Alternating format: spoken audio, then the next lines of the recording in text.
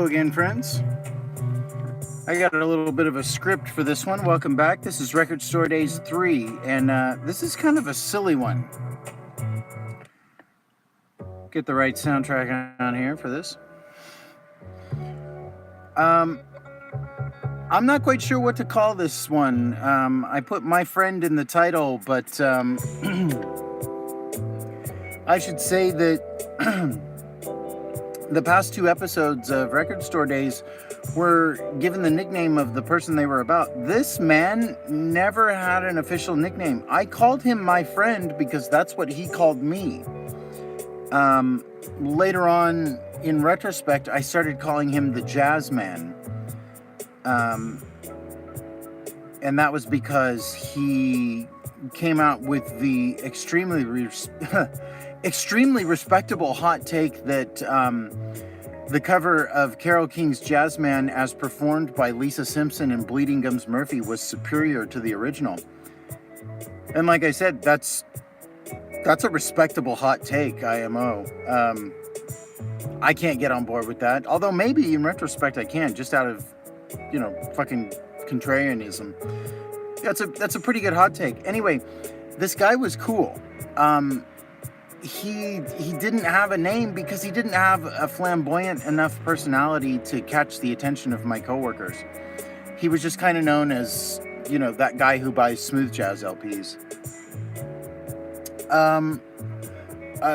Middle-aged black man, very physically fit, completely gray, very short hair, completely gray, a little bit of a beard.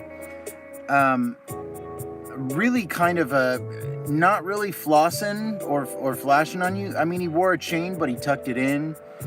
Very respectable motherfucker. And when I say that I called him my friend, and that's only because he did that first to me, I was honored that a person that presented himself in such a way would consider me his friend. So he was a regular. He would come in and he would only buy smooth jazz LPs.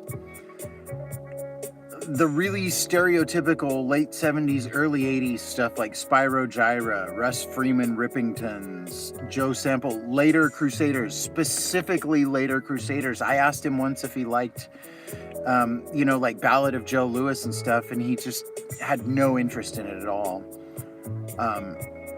Kind of respectable, like I say. Just that sort of thing. I say this with a lot of reverence, really cheesy music. And he was dedicated to it.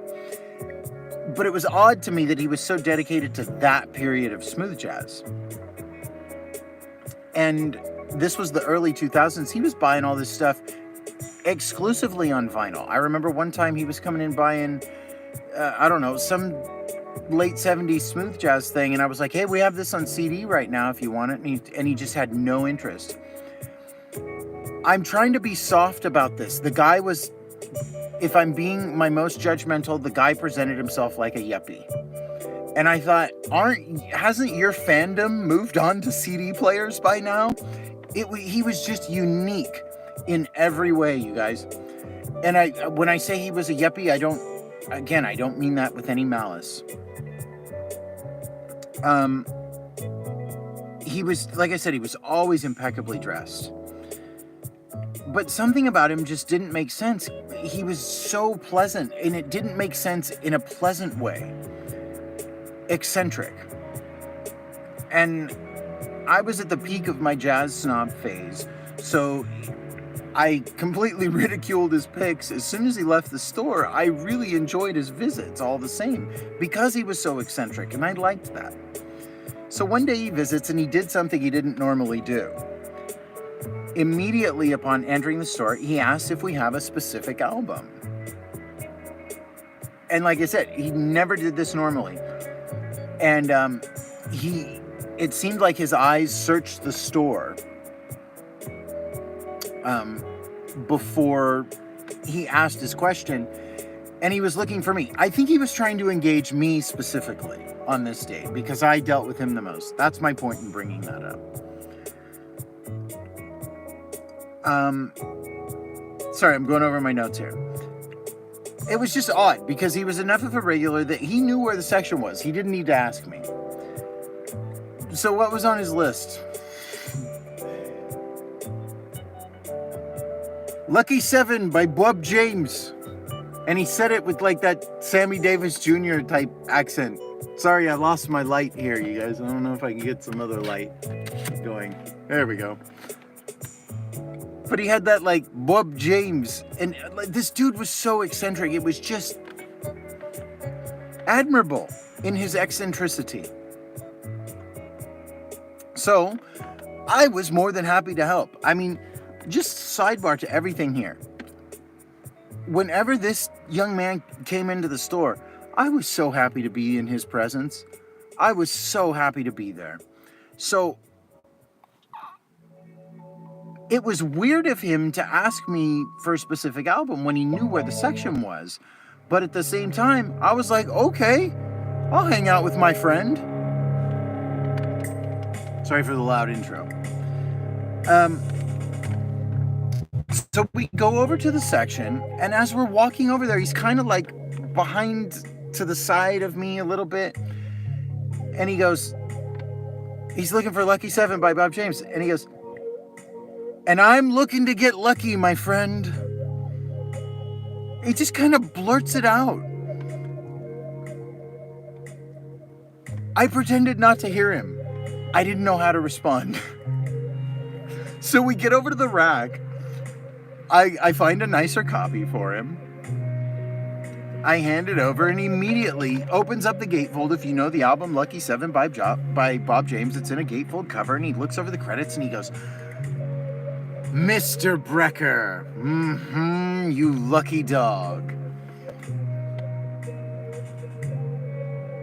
And I'm very much taken aback at this point because this is a side of this young man I've never seen before. He's never really talked music with me. Just, do you have this album? No, I don't want that. Just very, very plain. We've never talked music. I've never seen this person behave this way ever before. And like I said, very strange, but very intriguing.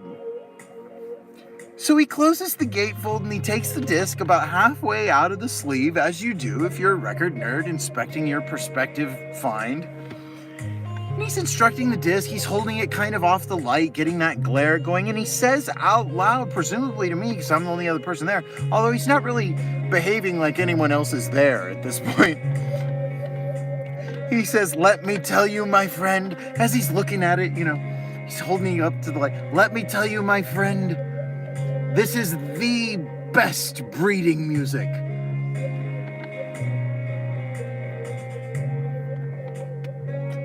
So I just give out a nervous laugh, like I know exactly what he's talking about. Like, haha. Was that the right answer? I don't know. So we make our way back up to the front counter. He paid $6 for the LP, paid with a 20, and he declined his change. And he instructed me to be kind to yourself today, my friend. And he leaves the store with a big old smile on his face and a noticeable spring in his step. As soon as he walks out, I turn to my only other coworker in the store and I say, without any hesitation and with as much confidence in anything as I've ever had, ever, I do believe that young man's getting laid tonight. And that's the story of my friend, aka the Jazz Man, as I came to call him in retrospect. I would love to know what became of that man. He did not have a ring on. And I have a little postscript to tell you about my friend, the Jazz Man. It was such an odd interaction, and like I said, other staff knew who he was. So I told a coworker about the interaction a few days later, and they were as excited as I was about the whole thing. So the thing is, he was a pretty regular customer, but after that, we didn't see him for a long time. And with my coworker a few days later, we were looking forward to his next visit because we were like, we wanted to know what happened. Do we broach the subject with him? How do we broach the subject? Do we just come right out with it? So did you get lucky? Like, but it just didn't happen. It was a long time. I can't say how long it was. It was an abnormally long time until his next visit. And by the time his next visit came around, I was just happy to see him again. So I had forgotten all about it. What can you do? Anyway, that was the story of my friend, aka Jasmine. What an amazing person. What an amazing character. I would love to know his picks these days. Thanks for listening.